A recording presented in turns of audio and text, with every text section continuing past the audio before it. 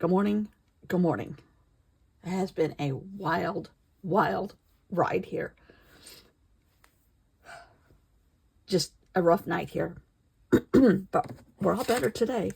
And I might clear my throat a lot. I'm sorry. But because it was such a wild ride, I was watching some of my old videos because for some reason I have a lot of new people here. Welcome, welcome. I don't know what I'm doing differently except not putting in a lot of effort, just trying to control my mental health due to what happened in the United States this week. And I'm like, why are people watching my video? Why more? I don't know. But I was watching my old ones and I'm like, oh, good Lord. I'm surprised. I mean, believe it or not, my camera skills have improved dramatically. Believe it or not. Kurti, you can attest to this. She's been here since pre-day one. But some of those old videos, I was going through books and I'm like, oh my God, I forgot about that book. Oh my gosh, I forgot about that book. Oh, that was so cool. One of them being this one. 2019 or 18. My husband and I, Dale Chihuly, the famous glassblower, had an exhibition at the Biltmore in Asheville, obviously pre-Hurricane Helene. And in the gift shop, they were selling things. And one of them was this book.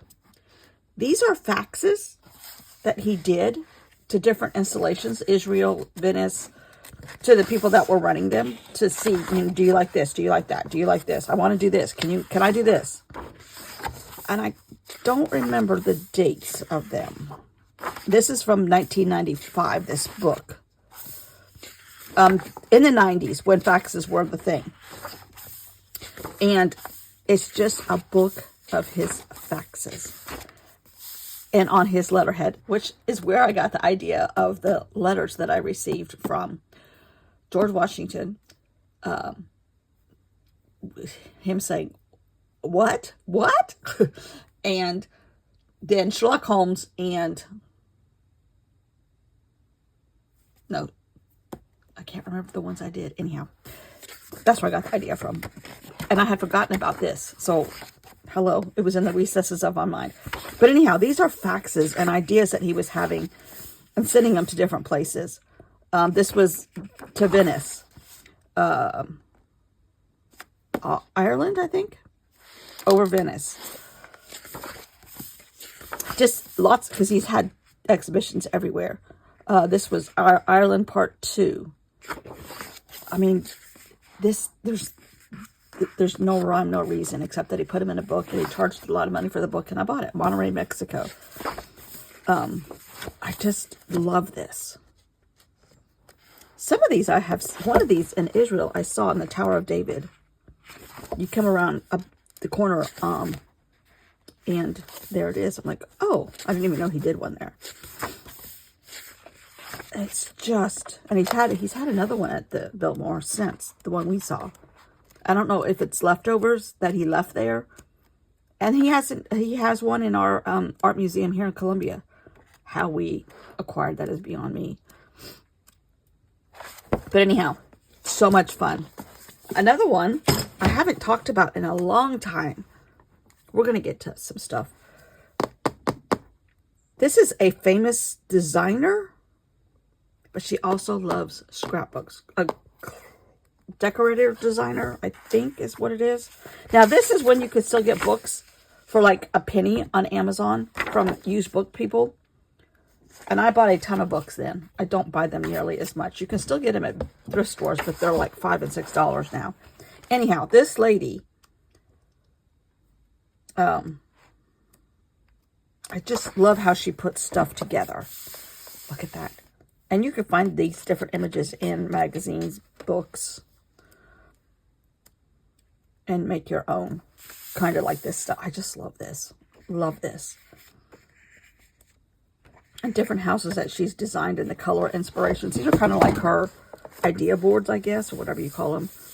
But, oh, I just think they're gorgeous. So much so that I forgot I had this one and I bought another one.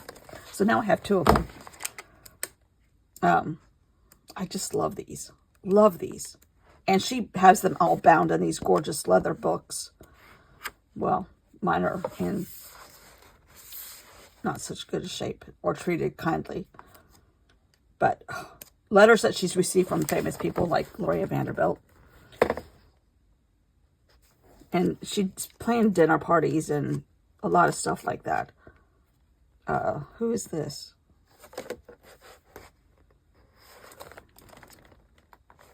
Is this somebody famous? Is that Jackie Onassis' sister?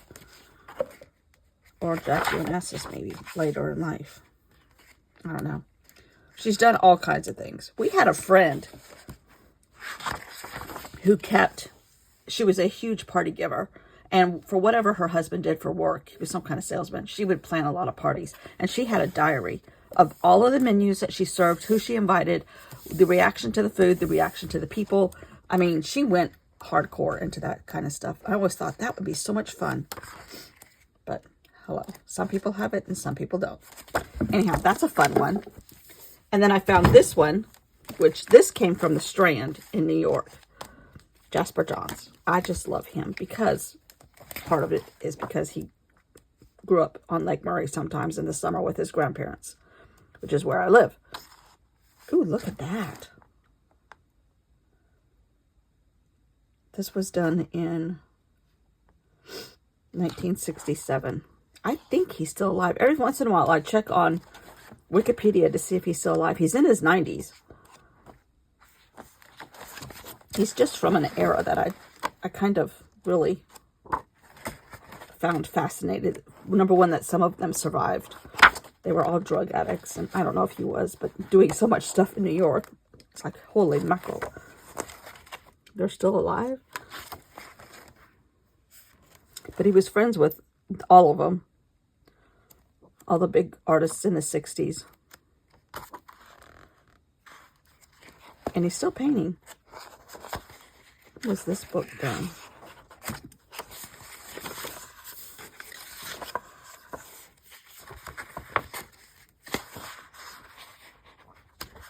It says 93.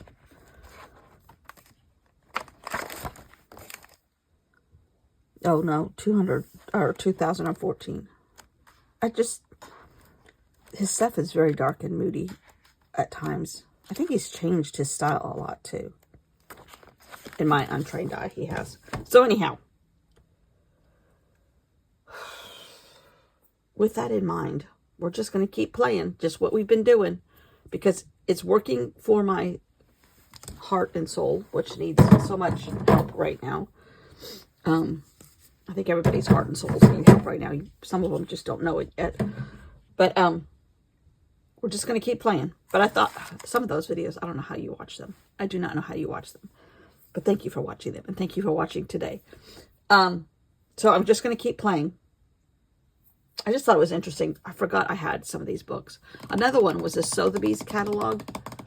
And I can't find that one. But I buy a lot of these books for reference and some for intentionally cutting up. The Sotheby's catalog. I think I got that one. I said I got it in Asheville. The same weekend we went to see Dale Chihuly's stuff. Anyhow, here we go. More of this, more of the same. AI Purple. Or, where's Lily Pulitzer?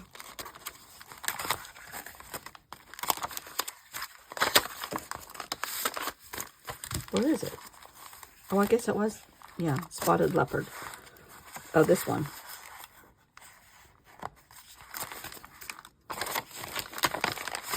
There's a page right here. Our temperature's dropping. It's actually going to only be a high of 71 today. Crazy. It's been so warm. It's the middle of November and we're still in shorts. Ooh. I'll be right back. Alrighty, so we're going to go hog wild. And this is the third time I've made this voiceover. Because I got off on tangents. And I don't want this to be, for lack of a better word, political statements in this. This is my safe space. And I hope I'm a safe space for other people. So talking about it is not making it safe. But just know that these little squiggles of color and your comments are providing much, much, much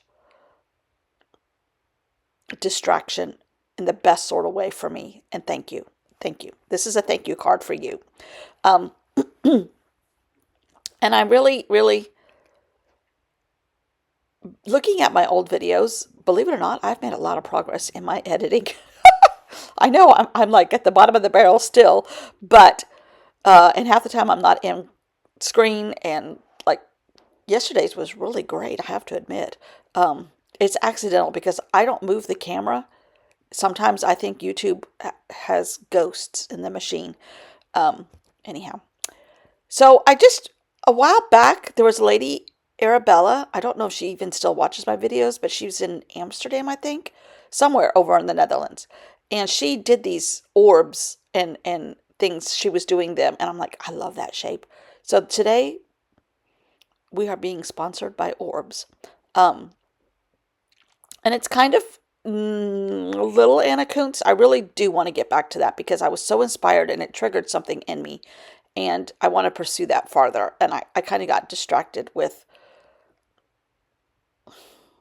a version of my own that has rapidly gone away from what I was trying to stick to, more candy cane shape. But anyhow, it's still all good. It's still all good. And my favorite tempera paint stick is at the beach. I thought I brought, because both the natural yellows somehow ended up at the beach, and I thought I brought them home. And they still could be somewhere around here. But this is fluorescent yellow, and it just doesn't react the same. So I'm going in with Stabilo, which I have to get it really wet to have it show up on some of these colors. But that's okay, because it leads to other stuff, and I'm good with how it looks. And it's just, it's not going in the Met. It's not going, alongside Dale Chihuly's fax machine book. I have forgotten about that book. There's something about an old fax. Lord have mercy. Okay. I used to, when I worked in an insurance office in California, in Corte Madera, if y'all know where that is, I commuted there from Novato, where I grew up, and we had an LA office in Fountain Valley. I don't even know if that town still exists or if it's merged with something else in LA. But I used to have to send the faxes, and I would go into this little tiny room that had a ton of fans going because the brains for our computers were in that room, and you had to keep those things super cool. Remember those days in like 1983 or 4? And I would send the faxes to our LA office. We had this, it was an insurance office that dealt with a lot of commercial taxis and limousines, and that was our main business, was insurance policies for those. Oh, look at that hair. I washed the gray out of it. I don't know what I was doing. Anyhow, oh yeah, I do know what I was doing. I was looking for spelling. Anyhow, I just wrote the Jasper Johns and Charlotte Moss and Dale Chihuly on there, and books and underneath those words. And then I'm trying to be unintentional with just blotting it because I love that look. Anyhow, I would send the faxes every day. We had this many cancellation notices. We had this many, we took in this many new policies, blah, blah, blah, blah, blah. I sat at that little tiny wobbly desk where the fax machine was like the only thing on it in that room with all those whirring brains for the computers. I don't even remember what we used to call those big towers, but they had to be kept cool. So we had massive fans in there trying to keep that little tiny room. It was like a closet. Cool. And anyhow, and you printed all your stuff and you had to tear the perforations off on the sides. Yeah. Yeah. It was the days with the simple lives, anyhow, just, I have some extra time. I have some extra just art supplies here, wet paint. I want to just keep going on some of these surfaces that I've already colored and add more stuff to them. And then there's me being too intentional on my drop cloth. Shame on you. Shame on you. I don't like that. I want it to be just natural. Then this little thing was sitting next to it, and I'm trying to dry off the wet paint. And I loved what was happening, so I got stuff wet again and just started getting transfer marks on things, and I love, love, love. And then I decided to do something with this, and that is how rabbit holes are created. And sometimes they make them in your treasured summer book from Harrods at the airport at Heathrow. Um, I've never been to Harrods.